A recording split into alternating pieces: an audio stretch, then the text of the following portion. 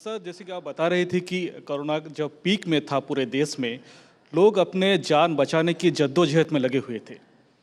उड़ीसा में ऐसे देखा गया कि उस टाइम में कोविड के परचेज को लेकर स्कैम्स हुई, जो आज सामने आ रहे हैं आरटीआई डॉक्यूमेंट के जरिए और विभिन्न फोरम के जरिए। इसके ऊपर आपका क्या मानना है? हालांकि उड़ीसा में एक दो केसेस में तो इंक्वायरी भी चल रहे हैं, तो इसे आप कैसे देखते हैं?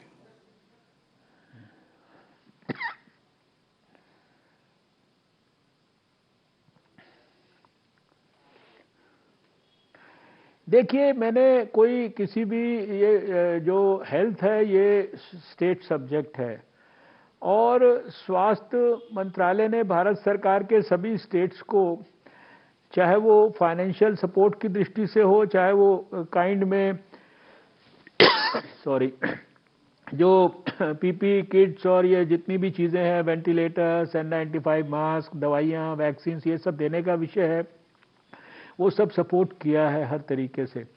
अब किसी पर्टिकुलर स्टेट में कोई इस प्रकार की कोई शिकायतें हैं या इस प्रकार की कोई जानकारियां हैं, उसके ऊपर तो हमारे पास तो कोई ऐसी ना जानकारी है, ना हमने कोई उसके ऊपर कोई मतलब हमारे लेवल पर उस संदर्भ में कोई उसको विश्लेषण करने की कोई मैकेनिज्म है।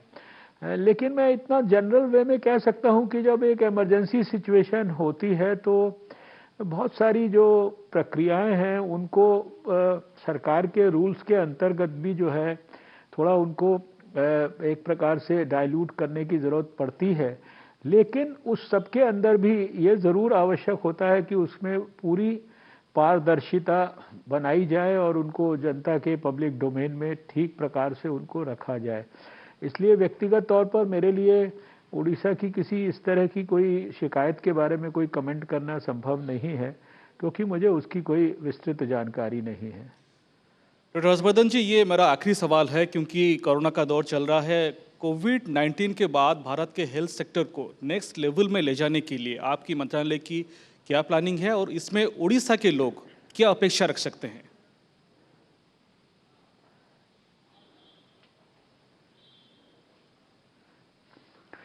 देखिए, उड़ीसा के लोगों के लिए भी और सारे देश के लोगों के लिए भी कोई अलग-अलग स्ट्रैटेजी नहीं है।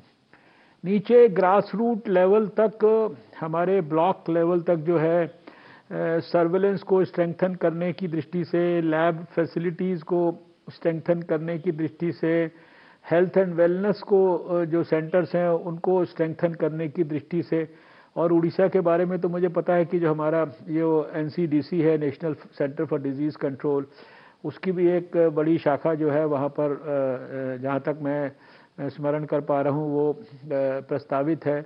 बहुत सारी ऑल इंडिया इंस्टीट्यूट जो है वहाँ पर एम्स में भी बहुत सारी चीज़ों को और स्ट्रेंथन किया जा रहा है।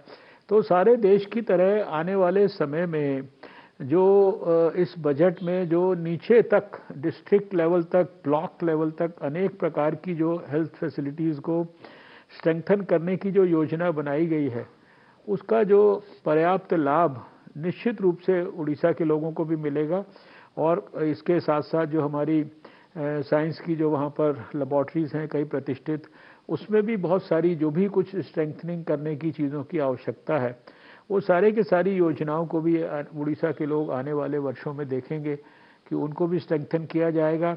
आपके कार्यक्रम में उतने विस्तार से एक एक चीज़ के बारे में चर्चा नहीं हो सकती, लेकिन आप जानते हैं कि जब टेस्टिंग को बढ़ाने का विषय था तो बड़ी जो इतनी बड़ी कैपेसिटी वाली लेबॉर्ट्रीज़ और वो सारी चीज़ें, मतलब उड़ीसा को किसी भी प्रकार से पीछे नहीं रखा गया है। उड़ीसा को हर प्रकार का सपोर्ट भारत सरकार के द्वारा दिया गया है और आगे भी दिया जाएगा। बहुत बहुत धन्यवाद सर। हम यही आशा रखेंगे कि आपके दिग्दर्शन से, प्रधानमंत्री नरेंद्र मोदी जी के नेतृत्व से हम इस और पूरे देशवासियों के सहयोग से हम इस कोरोना की लड़ाई को जीत पाएंगे। आप हमारे लिए समय निकाले, इतना वक्त दिए, बहुत बहुत धन्यवाद।